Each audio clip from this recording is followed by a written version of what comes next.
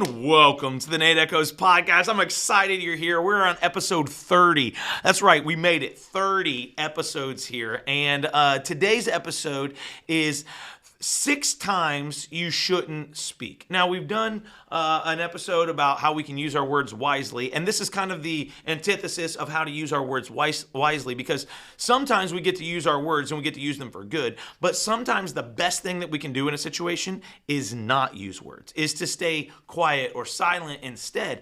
And so with Christmas coming up and the holidays and family coming over, I've blown it more times than I can count on the things that I said whenever I should have stayed quiet. So here are 6 times that you might be able to use to stay quiet, stay silent, and what to do instead. And so here's the first one. The first one is when everybody else is talking over one another. We've all been in those moments. We've all been in those situations where everyone, the decimals just keep getting louder and louder over top of everybody. Nobody's listening, and it just becomes infuriating.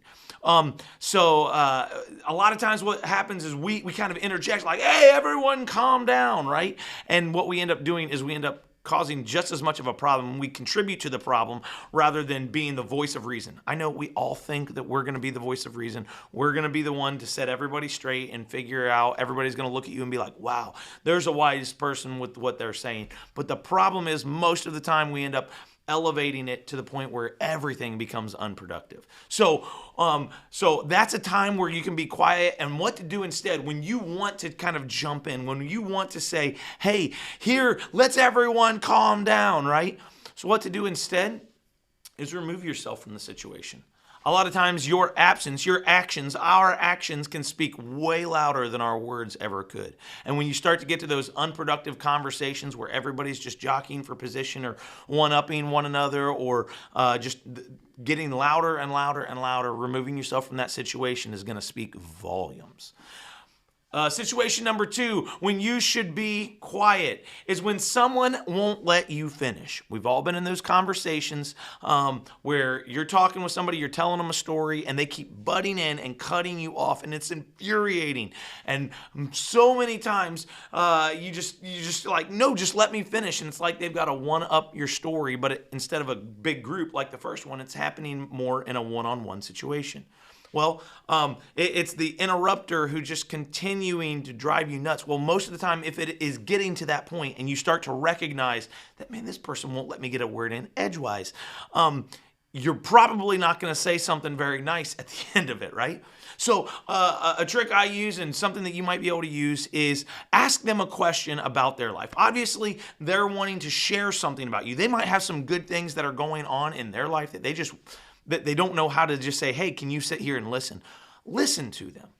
Ask them a question that you genuinely want to know about their life and hold whatever you were saying for another time, right? It's a great opportunity to actually get informed about something that you genuinely want to know, whether it was where they were raised, what's going on in their work life, how their life is, what their eating plan is, whatever it might be, something you genuinely do, and make sure it's not passive aggressive. So instead of just continuing to try to say, hey, I was telling a story here, maybe just ask them a question that is it's not a yes or no question, and it's not passive aggressive, but give them that opportunity to talk and stay silent. Number 3, when someone is trying to express their feelings. Now, this one couldn't be more heartfelt than for me in this season of my life.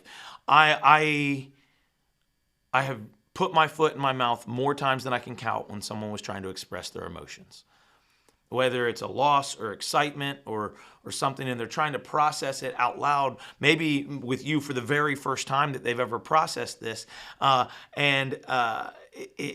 end up ruining the moment by trying to either relate to them. It's like, oh, well, you did this, well, I did this. This especially comes in the form of the loss of a loved one. Maybe it was a mother, and I said, well, I lost my grandmother, and I try to kind of like build this connection.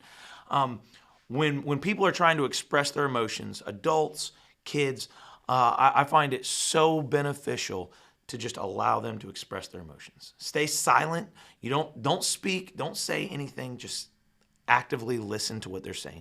Don't try to justify feelings, and don't try to jump in and correct bad behavior. Be a safe place for someone to express their emotions. Listen, we want to sympathize with them. Silence is one of the best ways to sympathize with somebody who is expressing emotion. Number 4, when you're experiencing a beautiful moment, it's the holidays. There are so many things that are going to take place that you just want to capture. You just want to, it's a beautiful moment. And oftentimes what we do is we ruin the moment by saying, this is a beautiful moment. Let me get a picture, right? We conflate beautiful moments with Instagrammable moments. Like it really didn't happen if it's not caught on video, or just everyone hold it right there. Just stop and be in the moment.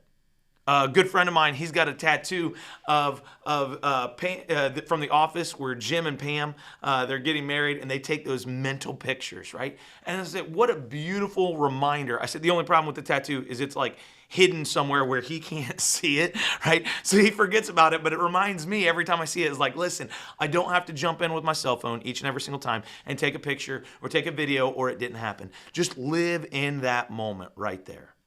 Do it. Don't say anything. Live in that moment. Take in the senses. What's going on around? What are the smells? Because those things are going to come up in the future when you really want them to be there. You're going to be able to recall them. It's going to be great. I'm not against cameras. I'm not against phones. Nothing like that. But in the moment, when you're experiencing a beautiful moment, try to remain silent. Try to remain quiet. Take in all of the information that's going on. All right. Number 5, when you are searching for an answer, whether it's a big problem or a little problem, there are some things that we think about that need answers. When we have these things that need answers, stop for a moment. Our reflex right now is to just grab our phones and Google it. We had a conversation where we were talking about someone thought there was an actor that played in what's the movie? I'm gonna forget it now. The Greatest Showman. Someone said it was Robert Downey Jr. and everyone's like, no, it's not Robert Downey Jr. That's Iron Man.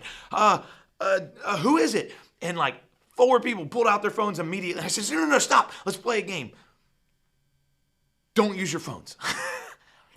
And we started thinking about this process. We started thinking, what is the name? Trying to have our brains recall it. And rather than going to an automatic reflex of, I wonder what everybody else would say, I can Google it real fast. I can figure it out real quick. What would it look like if we end up teaching our brains that there is a solvable answer on the other end of the device, right? What would it look like if when we're searching for an answer, we trained our brain to actually start wrestling with this answer? Because whether it's an easy thing like figuring out that Hugh Jackman is the guy who played, not Robert Downey Jr., but whether it's that or a big issue that we have to answer, maybe it's at work or with family or big decisions that we have, we begin training our brain to be quiet and recognize what's going on around us. Not to just search for the answer, but to really process the answer and start thinking about it. We can take pride in the process that we use to come up with those answers. So when you are searching for an answer, don't speak. Be quiet. Sit with it. Wrestle with it. Let it struggle with you a little bit.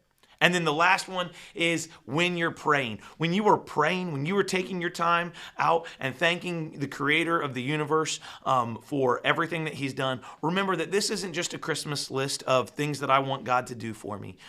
This is a conversation. Prayer is that conversation. And if you don't allow any time for the creator of the universe to speak back to you, to affirm what you're saying or to correct the behavior or to correct the attitudes that you have, what you're doing is essentially treating your prayer time like a vending machine and just putting stuff in and expecting to get something in return immediately. We went to one of those stores and they had the big gumball machines and that, put the quarter in and turned it and that ball came, one of those tall ones too, and it was going round and round and round. And the kids got so frustrated, they were like, just give me the gumball, right? Sometimes we need to wait for what God has coming for us, right? And so in that silence, rather than to fill it with our phones or fill it with our screens or devices or fill it with just amen, God, if you want me, you can reach me on voicemail. I'm always available, right? What if we just stop for a moment and had a moment of quiet. There are 6 ways that you can remain silent, 6 times to remain silent that you shouldn't speak, and what you should do instead. Please be sure to like and share if this has helped at all. Thanks for joining us. As always, I hope you make today great. That's a choice that we get to make, even in bad situations, even in rough situations. And I hope some of this comes in handy this Christmas season. Have a great one.